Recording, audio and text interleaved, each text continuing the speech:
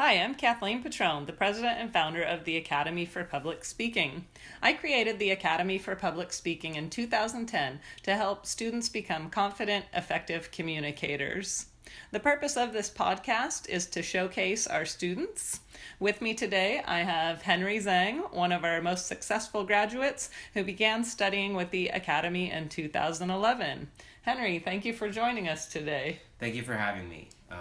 Like you said, my name is Henry. I'm a freshman at the University of San Francisco, and I did graduate from all levels of your class many years ago. And I'm here today to talk about how public speaking has benefited me in high school, in college, and as a professional. Let's go back to the beginning. How did you initially feel about public speaking when you were in middle school? Well, there's a story I always tell. It was when I was in sixth grade, and I was giving my first ever speech, or the first speech that I can really vividly recall. And it was a graduation speech in sixth grade at Sage Canyon Elementary, and every kid in the class had to write a speech relating to graduation. And we presented to the front of the class, and the teacher would pick a representative from each class to present at graduation. And I remember the first time I gave a speech, I wrote down my notes on a note card in pen, which was a big mistake because my sweaty hands had smeared off all the ink before I even finished walking up to the front of the classroom. And I remembered everyone's eyes were on me. I remember the teacher looking at me afterwards and having a kind of concerned expression on her face because she could tell I was so uncomfortable and so scared. So basically the first impression was not used to the pressure, not used to the spotlight, and not used to just presenting and having everyone's attention on me all at once. How did you decide to attend the Academy for Public Speaking? Well, it after the first time, and the first time was largely negative for me, I didn't really want to go back into public speaking, but my mom actually found the Academy for Public Speaking, and she, one, thought it was a great opportunity because there weren't a lot of programs like this in San Diego at the time. And two, she had a lot of the other friends and her friends who had kids in my grade kind of come together and pressure each other to join the academy as well.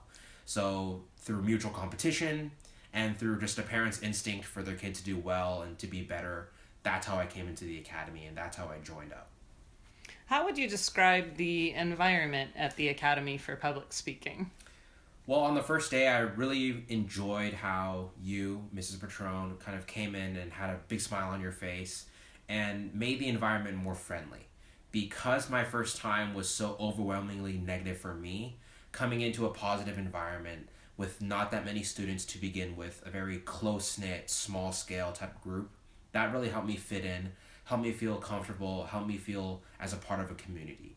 And you as an instructor as well, you had a lot of passion for the material, and you were really patient throughout the entire process. And I really liked how you also had a variety of speeches that you presented to us. And the environment was just very positive. It was a great transition from the negative experience, like I said, and it was just a comfortable place to be in, which is why I liked it a lot. What kind of skills did you learn while you were at the Academy? Well, you have a book titled Confidence is Key, and I really think that's important for any public speaker because whether you're in a classroom, on a stage, or practicing to your parents or relatives, it really is about being confident and being professional. And I think that's the overwhelmingly big lesson that I learned towards the beginning. It's just how to present yourself and how to be confident in the moment. I feel like that's a really great lesson that I learned.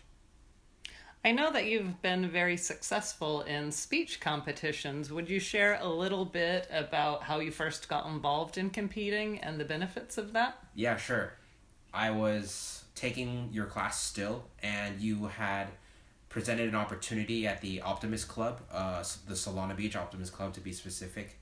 And I remember a couple of friends, Kevin and Austin, we all decided to enter into this competition as a result of your encouragement and as a result of our parents really pushing us to be more involved. I remember the first time I walked in, dress suit, looking really good with my friends. We walked in to compete, And the Optimist Club was just as friendly as you were. They were really encouraging. They had been running the contest for several years, so they knew what kind of students were coming in. They knew that everyone was a little bit jittery before they went up to go present and speak to the crowd. And it was just one welcoming environment to the other. And that's what really wanted me to go back and compete more, because as the competition got more fierce, as I got better, as I learned more from you, competing became easier and more fun, but also I had to really try to do well. And overall, the competitive atmosphere was really healthy for me. I really needed that kind of pressure, and it was a really logical next step forward for me as a public speaker. How did studying public speaking in middle school affect your time in high school? Well, in middle school, I gave a little bit more presentations during English class, but those were really just prepare the night before, just have a lot of key points that the teacher wants to hear, and go from there. In high school, it was a little bit different because the teachers in class demanded more content from the presentations that you gave.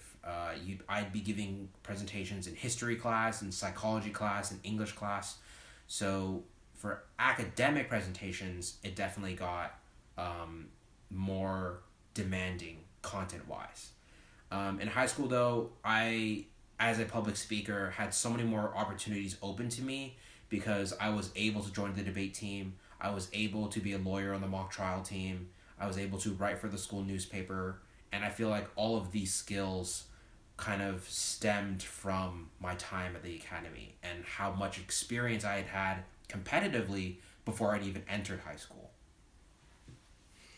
How did being part of the debate team help you further your public speaking skills? The debate team was a really great way for me to kind of have one-on-one competition with other people. The type of the debate that I did was called Lincoln Douglas, and it was heavily revolved around philosophy and arguing topics based on the status quo and how society is or should be or ought to be. And one-on-one debate was really appealing to me at the time because I had competed against other people before for speech competitions, but this one was really in the moment. This encouraged me or kind of forced me to think on my feet, which was a lot different from what I had preparing for speeches in the past. You had to prepare a speech going in, which was your main argument before the round. But at the same time, you had to be taking in all the information from your opponent, making sure that you didn't miss an argument that they would bring up later and kind of win the round with. So the debate team and my 2 years on the debate team, it was a really great experience to kind of initiate me into this new dimension of public speaking, which is to be able to think on your feet. It made me a better impromptu speaker, and because I had more experience competitively and from your instruction, I was able to be a competent impromptu speaker and not one that floundered all the time and couldn't think of arguments. So the debate team was really kind of my gateway towards doing other things like mock trial, doing the school newspaper, and for a lot of things relating to other languages as well. It was a really great starting point for high school in general. Which skills in public speaking helped you with your mock trial experiences? The mock trial team was a really great experience for me overall, because I had many friends on the team who were just very encouraging even for new members. I had never taken a law class, nor had I ever been, interested in pursuing a law career, but I knew that mock trial was an experience that I wanted to have in high school. What I did in mock trial was I was a pre-trial attorney, and my responsibility was to take a certain piece of evidence from the trial and present it at the very, very beginning of the trial to an actual judge. And what I'd do was I'd present the situation. I'd argue that, for example, the situation in the evidence was a Fifth Amendment violation. But at any time in my presentation or in my argument, the judge could stop me and ask me a question. Counselor Zhang, do you think that if this had changed, the Fifth Amendment violation would have been worse or something like that? And mock trial was a really great way for me to, again, think more on the spot, but also answer very specific questions relating to for example, a Fifth Amendment violation, or relating to a case packet that I had been given at the beginning of the year where all the evidence was inside. And perhaps the reason why I liked mock trials so much is because I truly felt like I was a part of a team. What I felt like was lacking about speech and debate, at least for the Lincoln Douglas event in particular, when I showed up at a tournament and I was being overshadowed by the upperclassmen who would have been on the debate team longer than me, all I heard at the tournament was, hey, is this big name debater going to be here from this school? Is that big name debater going to be here? So it was really easy for me to be overshadowed by the people who were better than me. But in the mock trial team, everyone had a responsibility. You were an attorney, or you were a witness, or you were the bailiff. And when you showed up at a tournament, the general commotion would be, hey, Hanrui Zhang is here. He's a great pretrial attorney. Or, for example, my captain's name was Alec. And the talk would be, hey, Alec is giving the opening statement tonight, and I heard he's really good. So being a part of the team, having a responsibility, being exposed to real court judges who would ask me questions, who would force me to think on the spot, that was kind of the next step forward from the debate team. The next step forward for me as a public speaker, and being able to think on my spot and incorporate the confidence and the professionalism that I learned from the academy. So yeah, it was a great experience being a part of a team. Are there any other areas where you think public speaking benefited you other than being able to speak well? Yeah, I think in the process of preparing for the many speeches that I gave competitively, I gave for class, or I gave in mock trial, I feel like demanding myself or enforcing myself to be professional when I spoke the words that I wrote really helped me make the words that I wrote more professional as well. I feel like I got to be more concise when I was writing these words. I feel like I got to be just more eloquent and more efficient in the way I expressed ideas. And that really paid off when I was able to join the school newspaper at Torrey Pines High School, the Falconer. I was able to be on staff for a year. And after a year, the competition was too tough for me to actually have an editor position. But for my time as a staff writer on the Falconer, I found it to be really rewarding. And because being able to communicate with words, I think, is just as important as being able to communicate orally. And since I was able to write better because I had experience preparing for speeches, I was able to really make my time on the Falconer, my year on the Falconer, a really great success. I wrote a lot of stories, and what I love about the Falconer is it's just like a regular newspaper that has different sections. It has a news section, an opinion section, an entertainment section, a lot of different areas where a staff writer can come in, be a part of, and write for.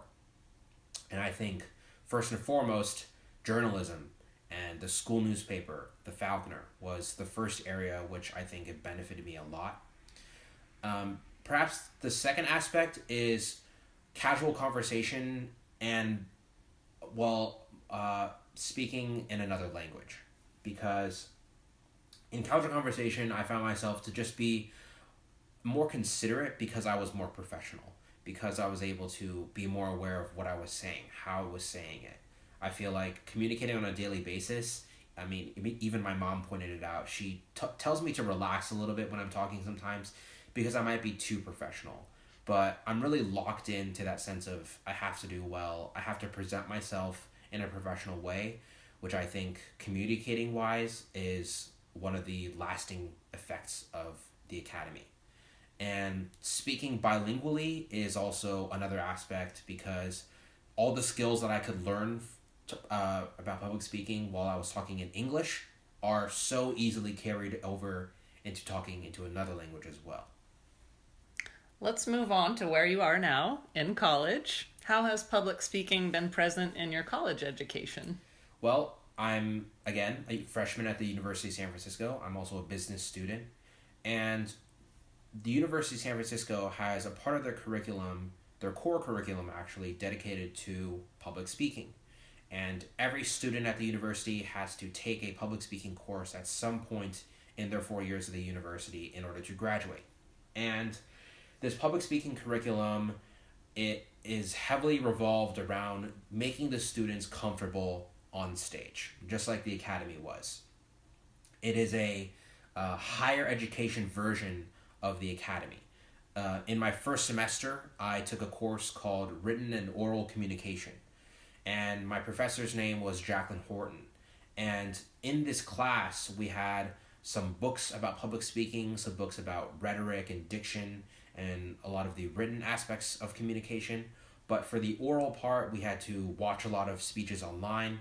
We had to give a lot of different sorts of speeches, for example, an entertaining speech, an impromptu speech, a persuasive speech, a speech that we had to make with a group of classmates, a research speech that we also had to write a paper on. So it was a lot more of higher education content involved in public speaking. And I think the stars aligned for me during first semester because out of all the professors I could have gotten, Jacqueline Horton happened to be the director of the university's public speaking center. And one day in during class, we were giving our impromptu speeches.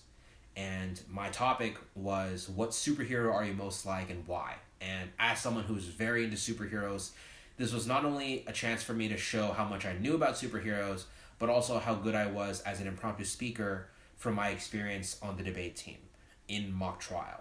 So I gave a speech about how like Iron Man I was, about confidence, technology, liking to lead. And she pulled me back after class and she said that a position was available at the speaking center because one of the seniors was graduating at the semester. And next semester there was a position open for a coach at the speaking center. And I said, of course I want this position. And it turned out to be really rewarding. Well, it's going to turn out because I go back very soon for a second semester. If I may, I'll go into a little bit about the specifics of this job. Part of my responsibility is to sit in the actual physical speaking center and coach students who come in either by appointment or just by dropping in. I coach them on speech content, speech crafting, and delivery. So it's really just a holistic view of public speaking, which I can get to one-on-one with the different students around campus. So it's a great opportunity for me to do something that I'm good at, help other people around campus, and also earn a little bit of money naturally. And another aspect of this responsibility is going around campus and teaching a visual aids workshop, which I actually made by hand.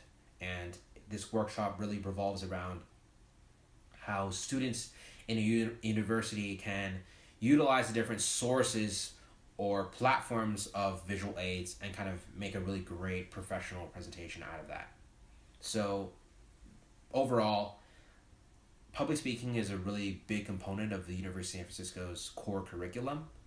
I also landed a really awesome opportunity at the Speaking Center.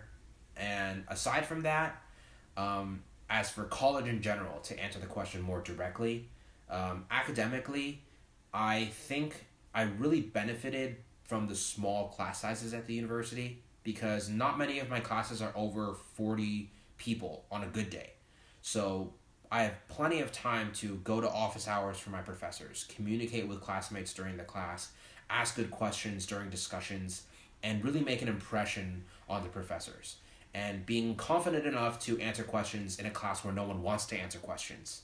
And being efficient enough to ask a question that's really targeted, that's really specific for something I want to know. These are all skills that I wouldn't have had if I didn't start at the academy, if I didn't go on in high school to these more diverse public speaking opportunities.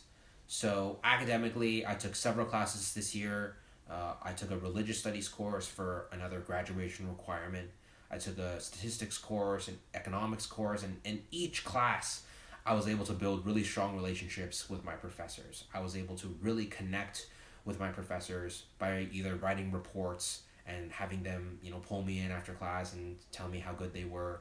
It's just, college is just a place where I've been able to concentrate all of my talents into an area that I really enjoy, which is public speaking, and which I plan to pursue in the future, which is business as a business student. I have no doubt that you'll be highly successful. As one of the very first graduates from the Academy for Public Speaking, we're very proud of you. One of the reasons that we're proud of you is because you were our first scholarship winner. Henry won the Optimist Club speech contest in San Diego at the district level in 2014. At that time, that was the highest level where the contest went, and he won a $2,500 scholarship.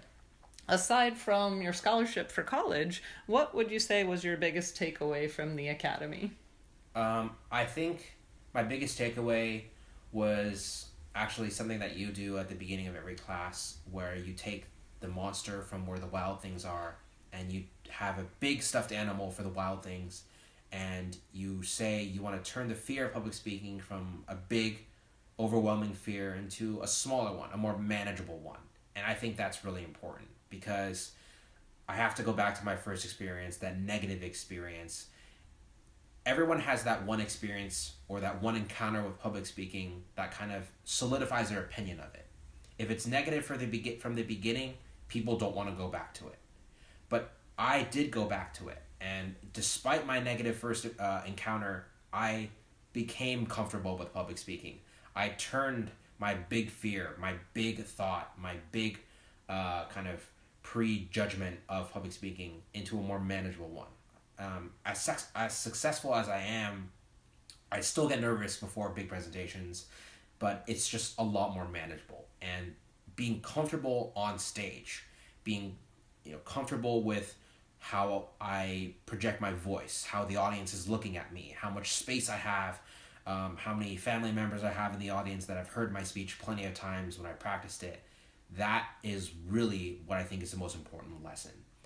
For anyone in the future who might want to join the Academy, it really is a great way to change your opinion on public speaking, change how you view it, because it really is fun and it's rewarding, with my scholarship. And it also gets me even more money and more experience in college, with my job, with my tutoring, with my workshops.